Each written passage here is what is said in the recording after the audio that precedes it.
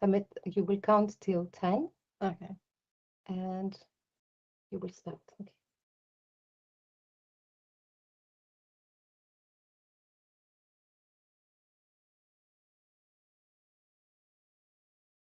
Good afternoon, everyone, and welcome to the Centre for Spartan and Peloponnesian Studies webinar series, Agido, a series devoted to the study of Peloponnesian and Spartan women from prehistory to the Roman period, and one which is mentored by Professor Ellen Millender, Dr. Yorgos Spiropoulos, and Dr. Chrysanthi Galou, and supported by a wonderful team of early career researchers, Thea Wolf, Catherine Viola, and Malvina Alexopoulou. We are also grateful for the support we receive from the Daughters of Penelope Sparta Association and its president and former deputy mayor of Sparta, Miss Georgia Sakaraki. For those of you who are new to this series, I am Abby Costello, a first-year PhD student at the University of Nottingham, who is currently researching the role of the non-royal Spartan woman from the Bronze Age to the Hellenistic period. The Agido Committee are honoured and delighted to introduce today Dr. Natasha Bershadsky, a current researcher at the University of Bonn and a former lecturer in classics at Harvard University. Dr. Natasha Bershadsky received her PhD from the University of Chicago at Harvard Chicago and was a long-term fellow at Harvard Center for Hellenic Studies. Her research focuses on ancient Greek warfare, political use of myth and ritual, and the ways Greek communities shaped and reshaped their identities through memories of past conflicts. Today, Dr. Bershadsky will be presenting on women at war and how to disarm them, identity making, glory, and voidness in Peloponnesian myth, with a focus on Sparta, Argos, and Tegea. It is without further ado that I welcome Dr. Bershadsky to the virtual floor. Thank you so much. It is an absolute pleasure to be here and to be able to share my research with you. So I am delighted and very honored. So today, my only worry is that we are not going to learn much about women, the real women of Peloponnesus, because where I'm going straight away to take us is to the territory of myth. And let me start from a very minimalistic definition of myth for my purposes. So I define myth as a non-repeatable story which announces a change in status quo. So obviously, in this understanding, myth would come in different varieties, smaller myths, bigger myths, but sort of they all change the state of the world. So when Greek sources show women taking up arms, they do so at the moments of crisis, when the city imagines itself on the brink of collapse. These stories are often treated as charming anomalies or ritual inversions. In this talk, I suggest we take them more seriously. Armed women are not simply picturesque reversal of the normal order. They can be narrative instruments. They mark a rupture, and they demand subsequent diffusing. I will look at 3 Peloponnesian cases, very detailed Argive case, then shorter Tegean case, and very short Spartan, to ask what happens after women win a battle and how their victory is made safe for civic memory. I will argue that glory alongside with bodiness work together as tools of identity making, transforming female military power into something that can be remembered but not repeated. The stories I discussed today, Telesilla at Argos, Marpessa at Tegea, and the naked Spartan women, are not historical reports, but myths anchored to historical moments. For ancient audiences, a woman in battle already signaled singularity. That's my grand assumption, a breach in the normal order. At this point, I am ready to switch to my PowerPoint and essentially dive into our first case. So the first case is Telesilla of Argos, who was leading the Argive women against Spartans. And my subtitle is Democracy, Conquest, and Fake Beard. So our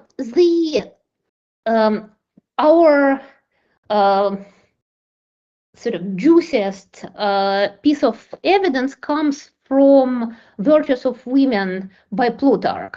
And Plutarch, this is essentially a parallel and very strange version of what Herodotus describes as the Battle of Plataea. And let me just read in chunks this very interesting text of Plutarch. When Cleomenes, king of the Spartans, having slain many Argives, though not 7,777, proceeded against the city, an impulsive, daring Tolma, divinely inspired, came to the younger women to try, for their country's sake, to hold off the enemy. Under the lead of Telesilla, they took arms and, taking their stands by the battlements, manned the walls all around, so that the enemy was amazed. So in Greek, they are periestephan, so they really crowning the walls as this choral circle. The result was that Cleomenes they repulsed with great loss, and the other king Demaratus, who managed to get inside, as Socrates says, and gained possession of the Pamphyliacum, they drove out. In this way, the city was saved. There are multiple historical problems with this wonderful narrative. So Herodotus doesn't say anything about the women in defense of Argos. He describes a disastrous defeat of the Argives by the Spartans near Argos, but women are not mentioned. In Herodotus, Cleomenes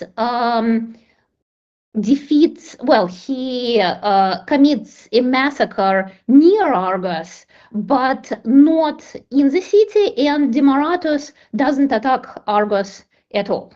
So the details of the narrative are historically extremely suspect. But nevertheless, let's look more carefully at the mythical overtones that Plutarch weaves into the narrative. So there is the divinely inspired impulsive daring, the women arrest the walls all around, and then there is this beautiful statement: in this way the city was saved. So we're speaking about the story of complete annihilation, which has been averted by the intervention of the women. Well, Plutarch continues, and what he says, some say that the battle took place on the 7th day of the month, but anciently what was called Hermias. Others say that it was on the 1st day of that month, on the anniversary of which they celebrate even to this day of Plutarch's time the festival of impudence, so hubristica, at which they clothe the women in men's shorts and cloaks, and the men in women's robes and veils. So we have now a suspicious historical narrative with sort of mythological overtones. We have a festival connected to the suspicious historical narrative, and Plutarch continues. To repair the scarcity of men, they did not unite the women with slaves, as Herodotus records, but with the best of their neighboring subjects, perioikoi, whom they made Argive citizens. It was reputed that the women showed disrespect and an intentional indifference to those husbands in their married relations from a feeling that they were underlings.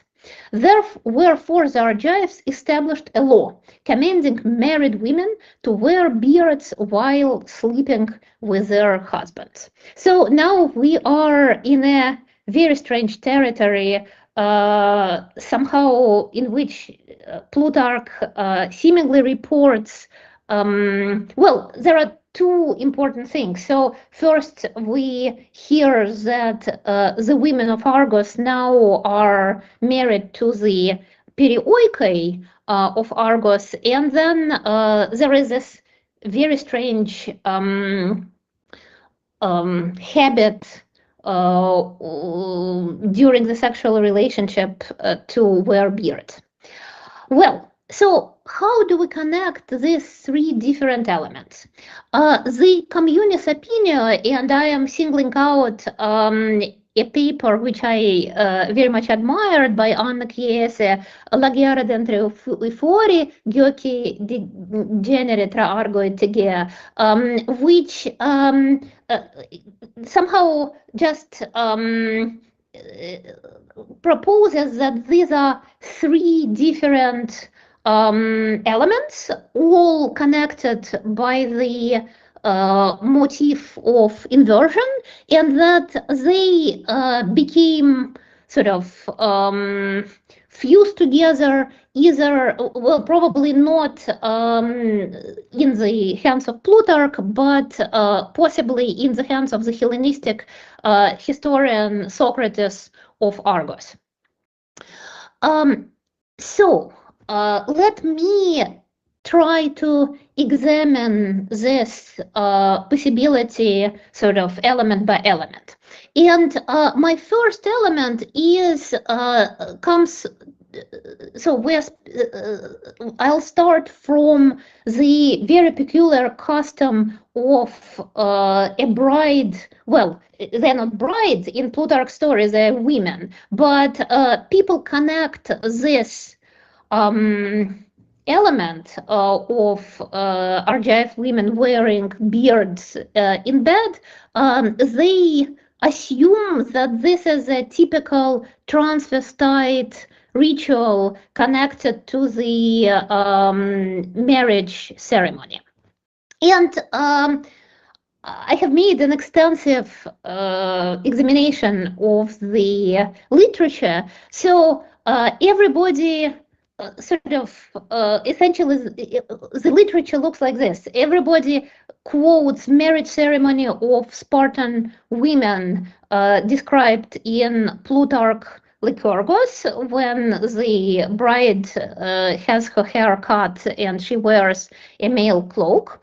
Then they say the Argive women is obviously a transvestite marriage rite, and then they say, and there are multiple rites, multiple similar rites attested. To my knowledge, I have not seen a single additional example of a transvestite marriage ceremony for women. Of course, the initiation ceremonies of males, the transvestite, sort of when a male becomes a female, that's much more robustly attested. But women just do not turn into men, typically, apart from the Spartan example. And I think the discussion by Gloria Ferrari in her figures of speech explains to us this striking asymmetry. She points out that the formalities of female rites of passage and the conception of marriage insistently suggest that an adult is what woman must never become. So in ancient Greece, the ritual, the initiatory rituals of men and women are not symmetrical, because there is no symmetry, there is no equality between between men and women, and therefore the idea that a woman would adopt a beard and become a man only to reach the status of married woman who is unable to to have full citizen status in the way men are able is not logical. So the idea that the Argive women wearing beard is some kind of echo of an older inversion ritual is not a robust hypothesis. So now let's examine a completely different aspect, and now we're leaving the women for a minute and instead looking at the perioikoi.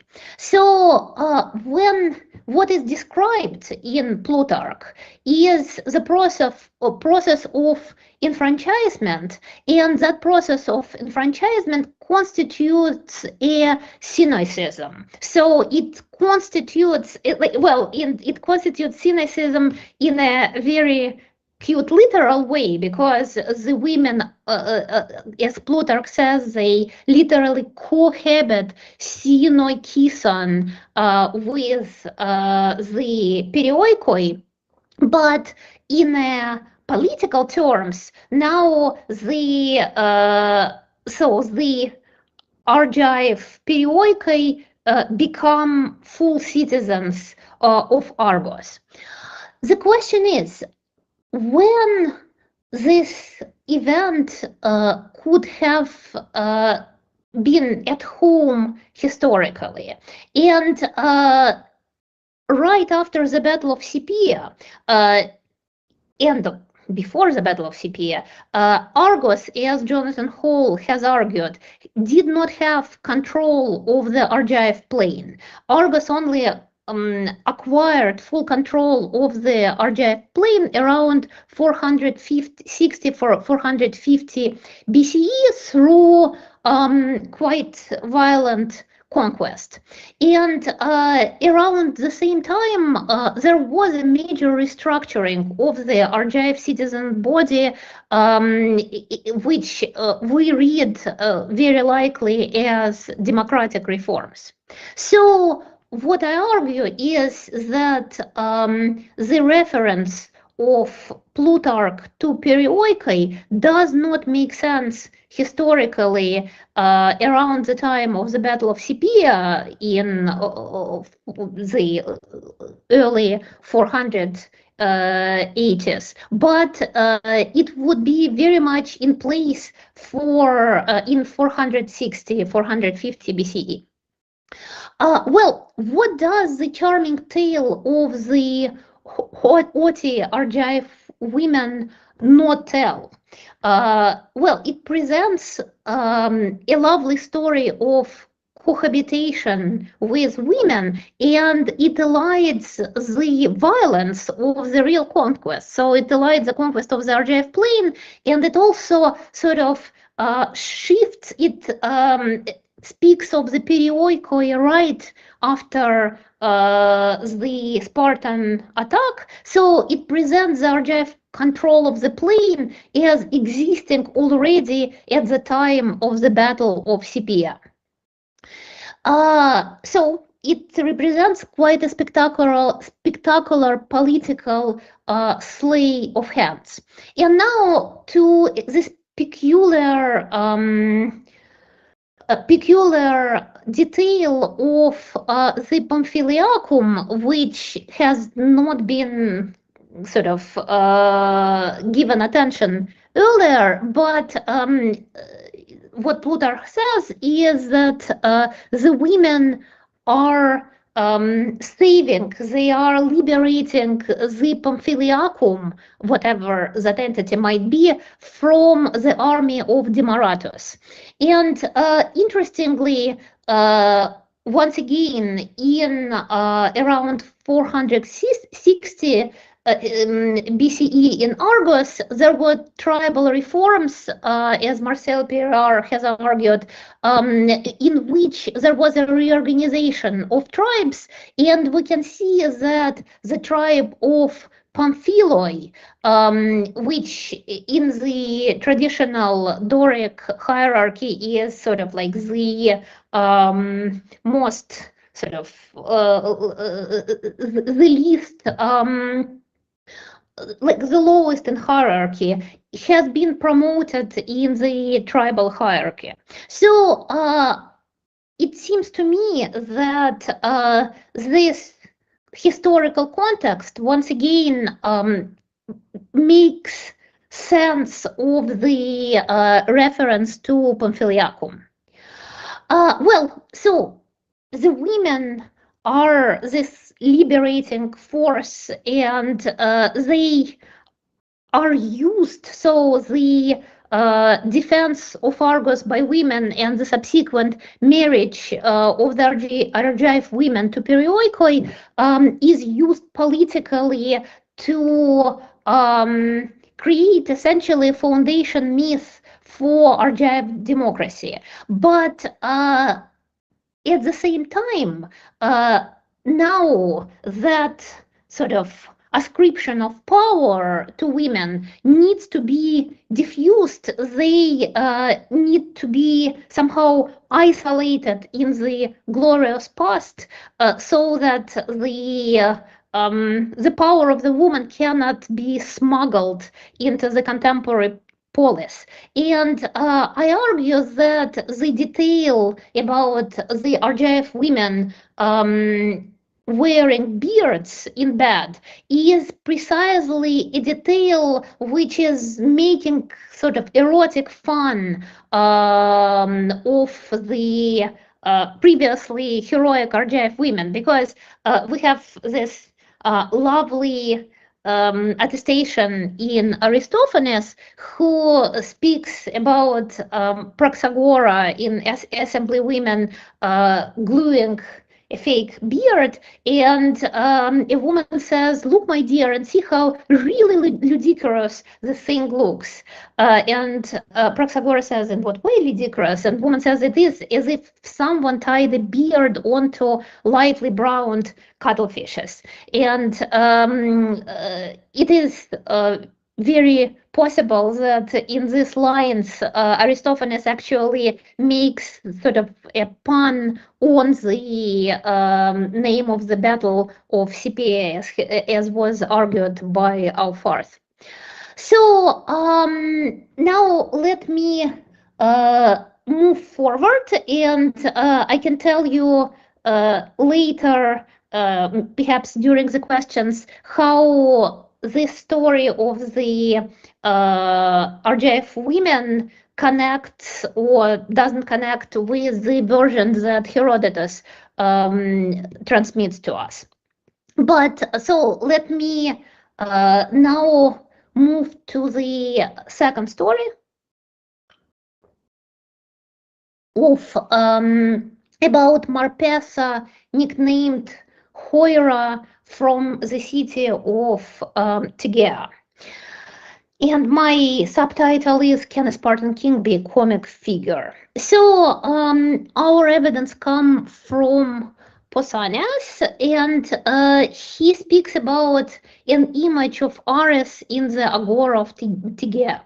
Carved in a relief on a stele, it is called Gynaikos, he who gives feasts to women.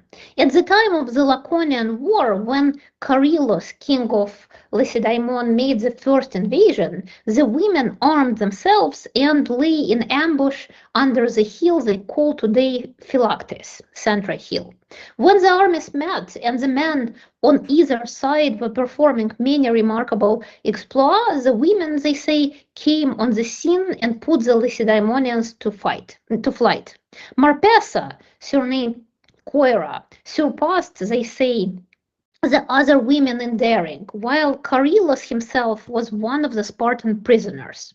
The story goes on to say that he was set free without ransom, swore to the Tegeans that the Lacedaemonians would never again attack Tegea, and then broke his oath that the women offered to Ares as sacrifice of victory on their own account without the man, and gave to the man no share in the meat of the victim. For this reason, Ares got his surname. So what do we make of this story? Interestingly, a variant story in the historian Dinas of Argos, of whom we have only a tiny fragment, preserves a version in which the main female protagonist is not Marpessa, but it is called Queen Perimede. And it is in her reign that Spartan prisoners are defeated, the Spartan invaders are defeated, kept in bonds, and working in the Argive plain. But what is fascinating is that this alternative version also calls Perimede Hoira. So somehow the word Hoira, so, seems to be thematically important for this narrative.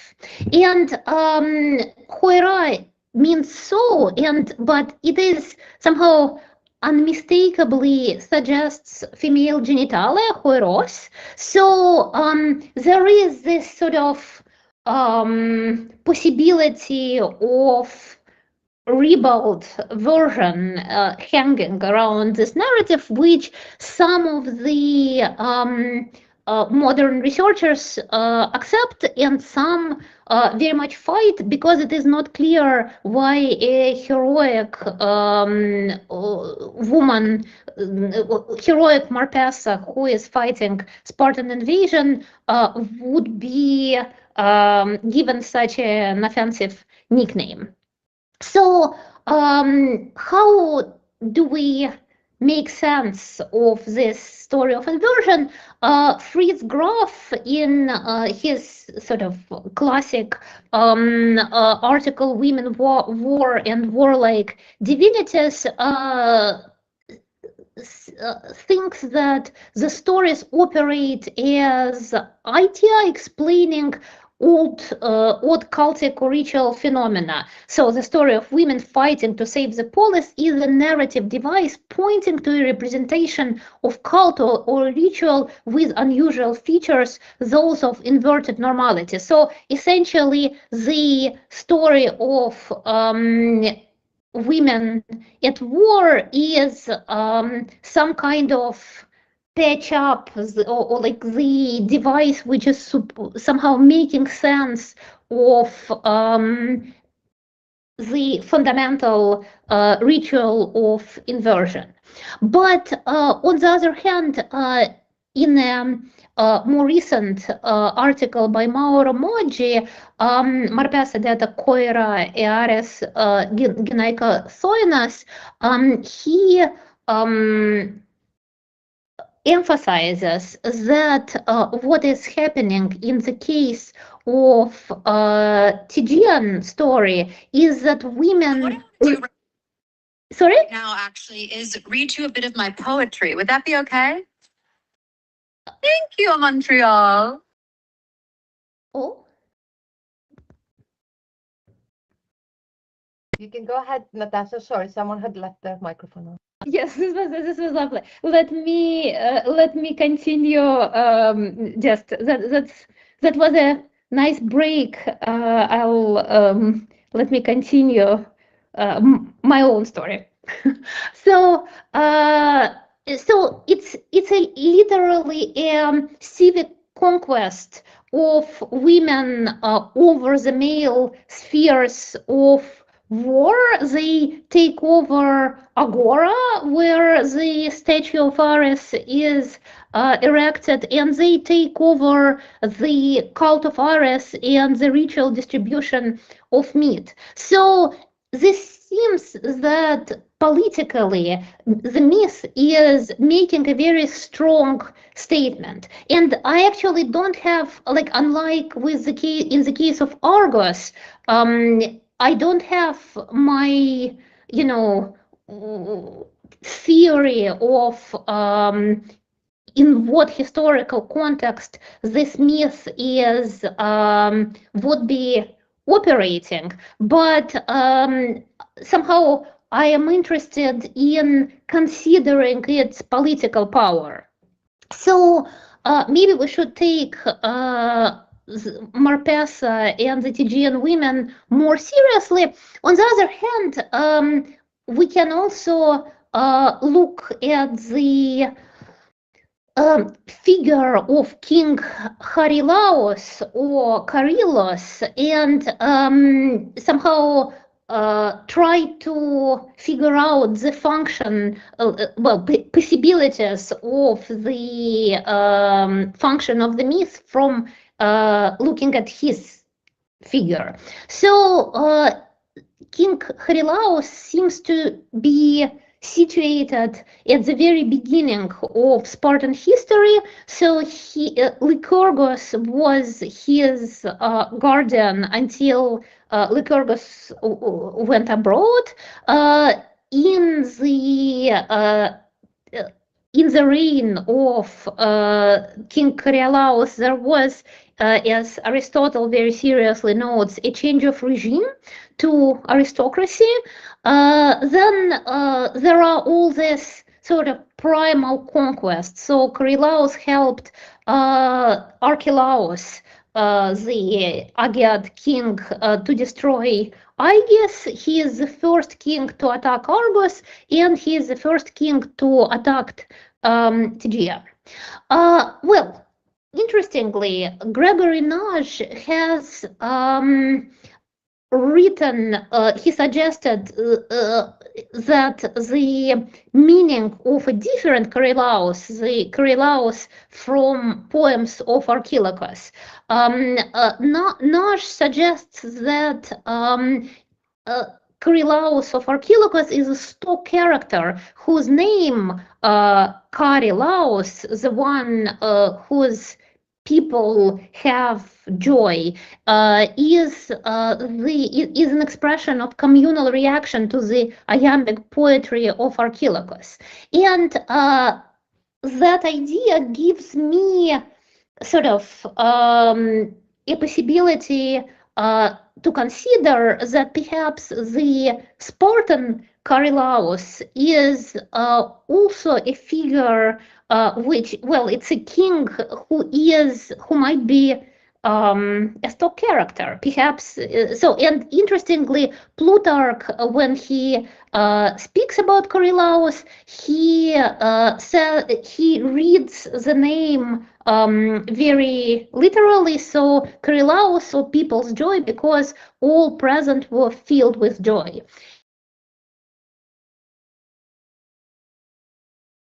King Charilaos or Charillos seem to portray him as quintessential sort of untypical king for the Spartans. He is characterized by his excessive gentleness and timidity. So once again, I think this combination of Marpessa nicknamed Hoira, and the Spartan king who is gentle and timid, who is taken prisoner alive, who is released without ransom, which somehow cast aspersion on his value, I guess. So I wonder whether the story of Hoira and Charilaos could be at home in some kind of comic horizon of a myth.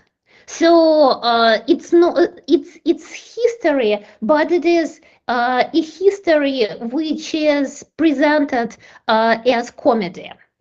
And interestingly, the story of Marpessa's victory is commemorated at the very heart, ritual heart of Tegea in the temple of Athena earlier, and there we find the fetters worn by the Lacedaemonian prisoners when they dug the plain of Tegea, and then there is also the shield of Marpessa, surnamed Koira, a woman of Tegea.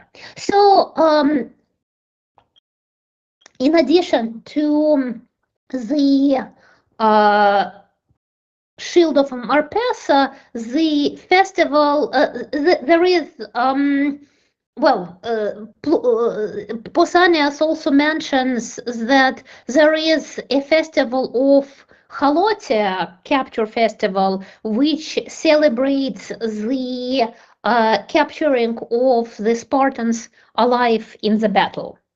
So now we all are familiar with the Battle of Fetters from Herodotus, when the Spartans, lured by the deceptive Delphic oracle, Spartans attack Tegea, and they are then reduced to working the plain in fetters. But it seems that at least Pausanias actually thought that the story about Marpessa and the story about the Battle of Fetters actually refers to the same battle. So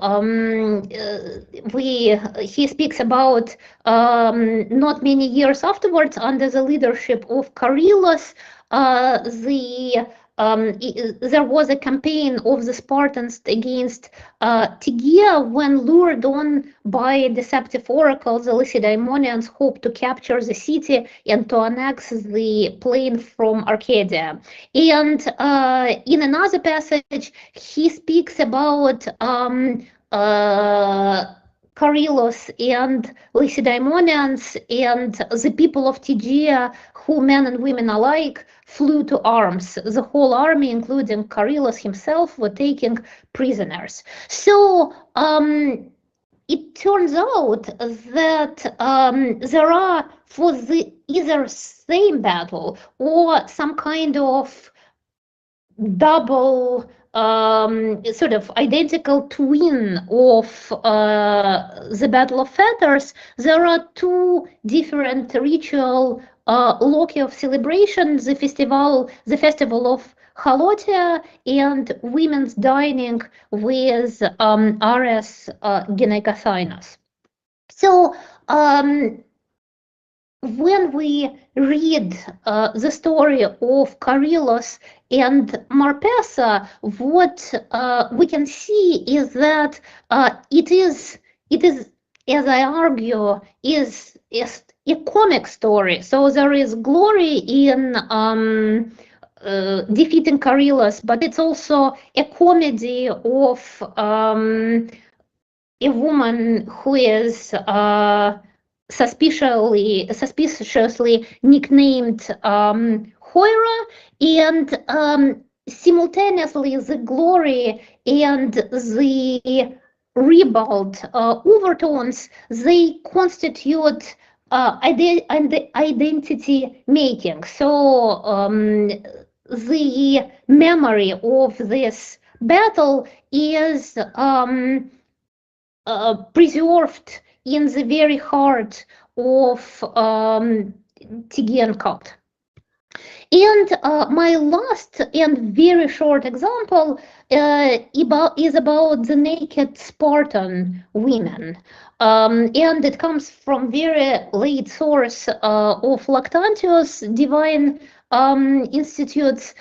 So we learned that when the Spartans were besieging then the Messenians, and the Messenians had gone out secretly, escaping the notice of the besiegers, and has hastened to plunder Sparta. They were routed and put to flight by the Spartan women. But the Lacedaemonians, having learned the stratagem of the enemy, followed. The women in arms went out to a distance to meet them, and when they saw that their husbands were preparing themselves for battle, supposing them to be Messenians, they laid bare their bodies. But the men, recognizing their wives and stirred to desire by the sight, mingled with them just as they were, still armed, indiscriminately and promiscuously, for there was no time for discernment. And once again, now our evidence is sort of very late and very compressed, so we have absolutely no idea to whom the story belongs, and it is definitely not so it doesn't seem to be a Spartan story, but the combination of elements of the victory of the women, which is coupled with this sort of erotic confusion and ribaldry, seems to me kind of repeat the two previous examples in a nice way. So Barbara Goff was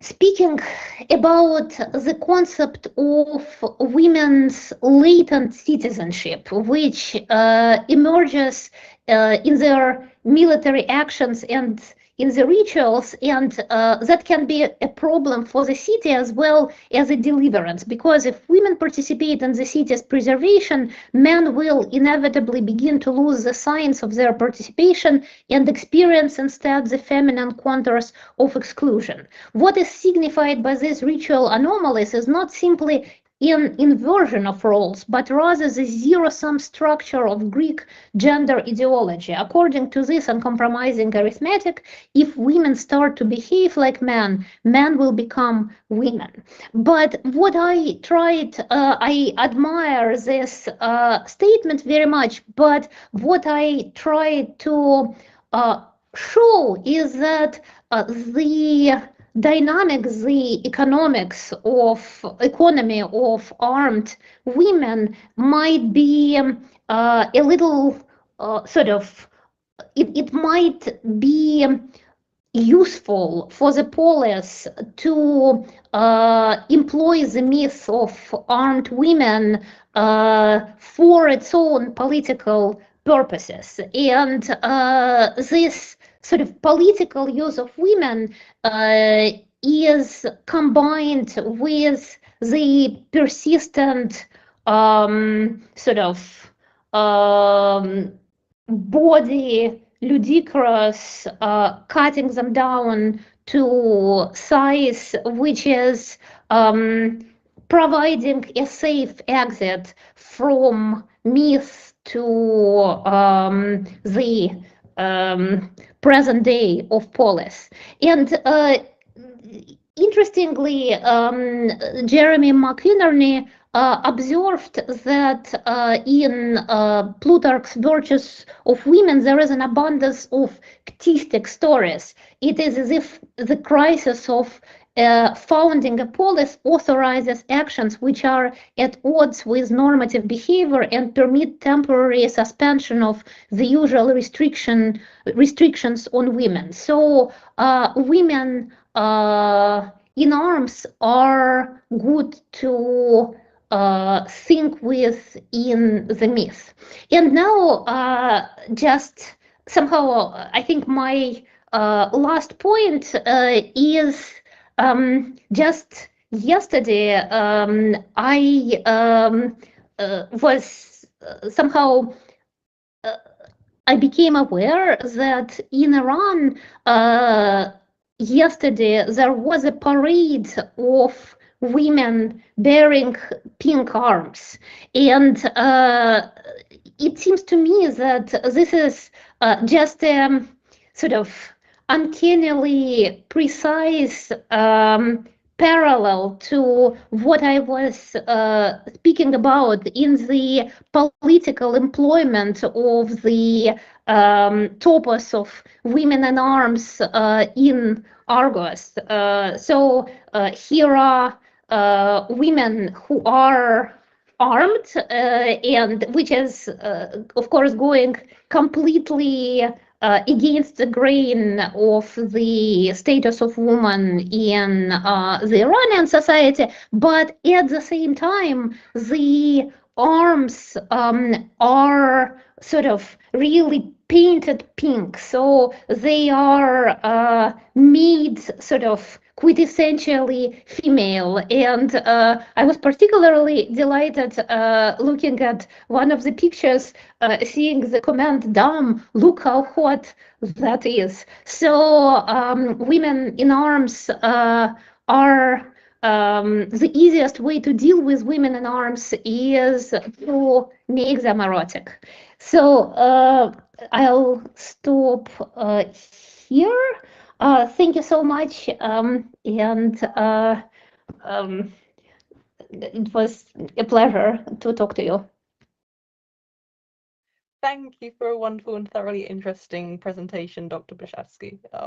I would now like to welcome our attendees to ask their questions through either the Q&A chat or by raising their virtual hand.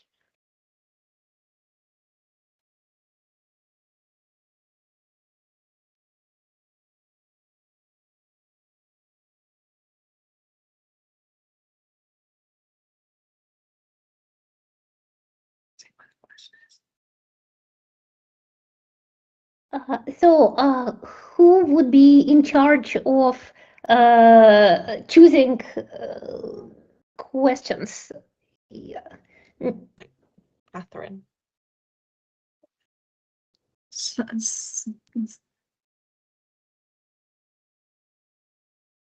Excuse me, I'm struggling with my technology here. Caris Hughes, Professor Caris Hughes, would you like to go ahead with your question?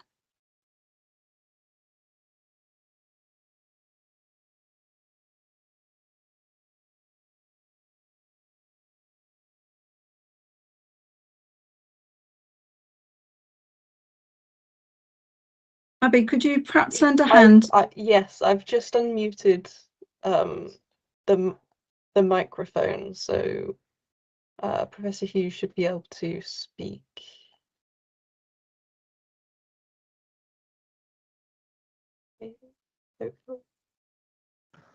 Hello. Oh, Is there that- we go. Sorry, problems That's all with the microphone. Yes, Natasha, that was an amazing talk, very fascinating stuff. I wanted to ask because I've written about the Amazons, who are obviously another incredibly famous set of armed women in Greek myth. I just want to ask, how do you think this theory of using the kind of bawdiness to downplay women's power, do you see that in the myths and accounts we have of the Amazons? Well, in this story that Herodotus speaks about Scythians taming the Amazons, I think there is sort of some of that, but I think in a way, women in myth do not really need to be tamed, you know. So it's the contemporary women who cannot remain armed. So Atalanta can be sort of a warrior woman, and Amazons can be terrifying. Though once again, when Herodotus, Herodotus describes how they are sort of brought closer to the society of men, it is rather funny how they are sort of gradually start to mingle with the Scythians. But what do you have your own take on this?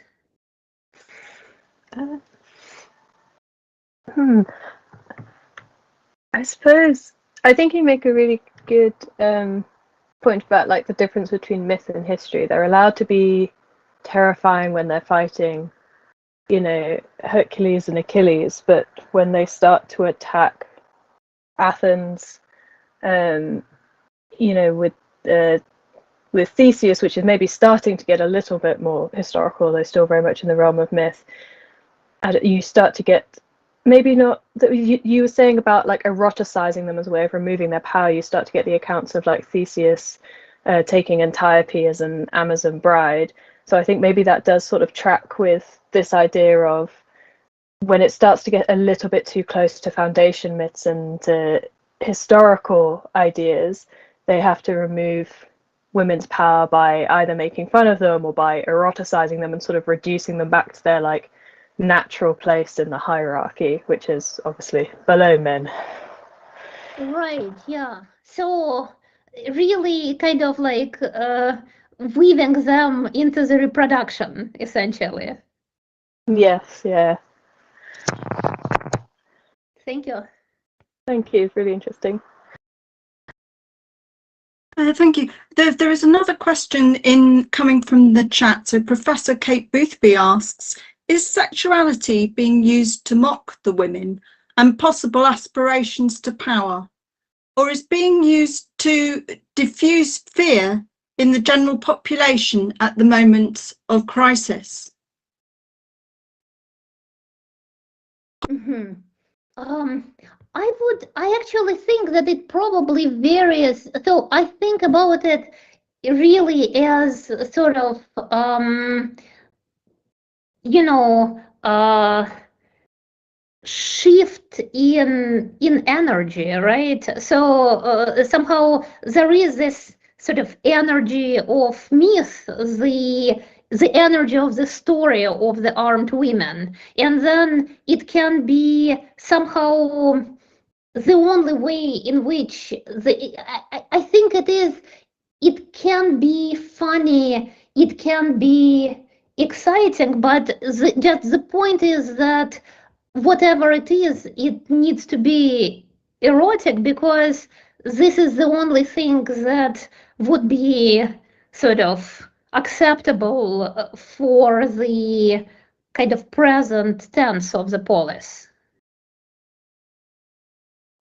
So yeah, I don't think I would be kind of over defining it as sort of fear versus mockery. All possible reactions.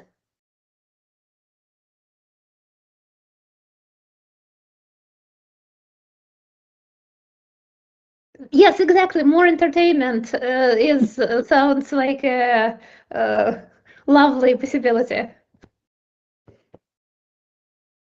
Are there any more questions either from the floor or please feel free to put more questions into the chat. In the meantime, you did mention in your presentation, Dr. Bershadsky, that you might be able to say a little bit more on the link or not of the Argive women's story to Herodotus. Perhaps you would like to fill us in. I would be delighted. Thank you so much for giving me this opportunity. So essentially, what has been argued is that Herodotus was in Argos, as Marcel Peyrard argued, in 400, like after 450, and by that point, the period of Argive democracy was over, and Argos embarked on a quite long and stable period of oligarchical rules. And what I argue is that essentially Herodotus didn't get any of the stories of Telesilla, not because they were not yet there, but because they were already not there. And there is this sort of well, my smoking gun is the famous oracle that Herodotus cites about women of Argos who are going to tear their cheeks. And then there is, let me quote it correctly, one second, because I have it in my presentation. So, someday one of men, episomenon, anthropon, to come will say, the dread thrice-coiled serpent died tamed by the spear. And so it's one of those extremely difficult lines in Herodotus. Nobody really somehow convincingly managed to explain why this snake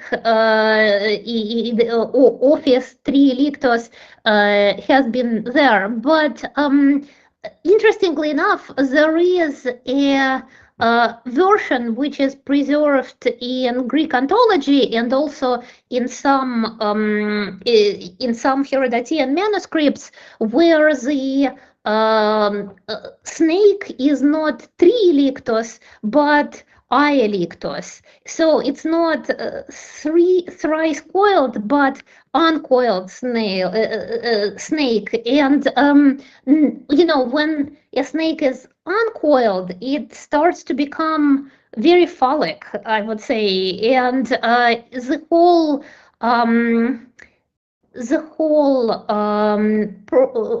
prophecy starts to bear interesting similarity to the festival of Hybristica and the story of the Argive women. So I think by the time of the Herodotus, the snake was already sort of safely thrice coiled, and he didn't get any of the indecent references.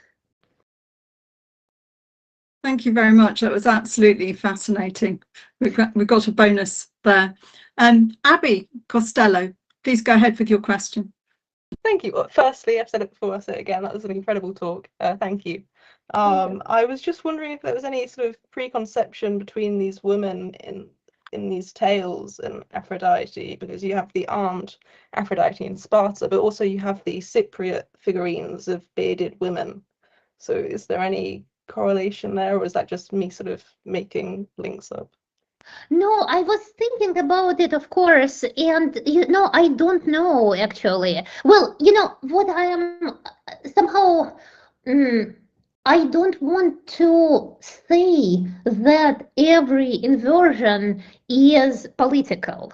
So I think my point is much more modest, is just to say that some inversions can be used politically. And I think sort of like I'm fascinated by the Cyprian like bearded Aphrodite, but somehow like perhaps that is just sort of like like fascinating sort of hermaphroditic figure.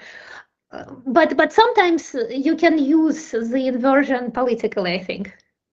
Perfect. Thank you. They are fascinating, yeah. Thank you. Are there any more questions? Can't see any hands raised or anything in the chat. So, Professor Olga Levanyuk. Excuse me, I'm sure I haven't got that right, but please go ahead with your question. Yes, hi. Sorry, can you hear me? I am outside, so it's noisy. My apologies for that. So I have a question. So you talked about, thank you first of all for the talk. It was beautiful. I wonder how the festival come into that. So you said a lot about myth and a lot about history, and I'm kind of curious about the festival, and I wonder whether is it possible that some of the fun is some kind of projection back or reflection of whatever, you know, whatever fun people are having in celebrating hubristica? Are there other festivals that go in with the stories, with the sort of inversion of women stories? Is there any reenactments of that? Like, I think my question is probably not very well formed, but I think you're probably getting what I am asking. Right. Well, in the case of hubristica, I think it is well. So I think the usual way to deal with it is to say that this is just a very old inversion festival, and that it somehow got connected with the story of Telezilla sort of later. And somehow I think this type of inversion festival can be really sort of wonderful political tool, in the sense that there are multiple, for example, Dionysiac festivals, and kind of connected to Dionysiac myth, which kind of can be shown to be playing roles in like political roles in 5th century Peloponnesus. So I think somehow the festival inversion has this sort of, as they say in advertisement, timeless appeal, but that's precisely what makes it so useful to coupling it with politics, because it kind of it creates this impression that this story has been around forever, something like this. And in the case of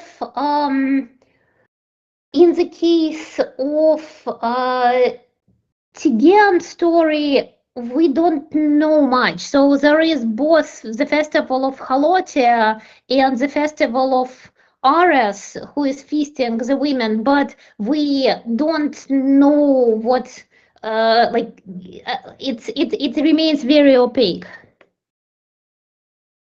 See. Thank you. Thank you for the question. Are there any last questions before we wrap up the session? Do feel free to raise your hand or just put a comment in the chat. Otherwise, I'll pass back to Abby. Thank you, Catherine. So, on the behalf of the Agido Committee, I would like to warmly thank Dr. Natasha Bershadsky for delivering a wonderful presentation. Our sincerest gratitude also goes to Vakos Radio for enabling this webinar to reach an international audience, and the University of Nottingham's Centre for Spartan and Peloponnesian Studies for supporting the Agido webinar series. Finally, we warmly thank our audience members for joining us today through Teams and through the Vakos Radio web channel. The next Agido webinar will host our own Petros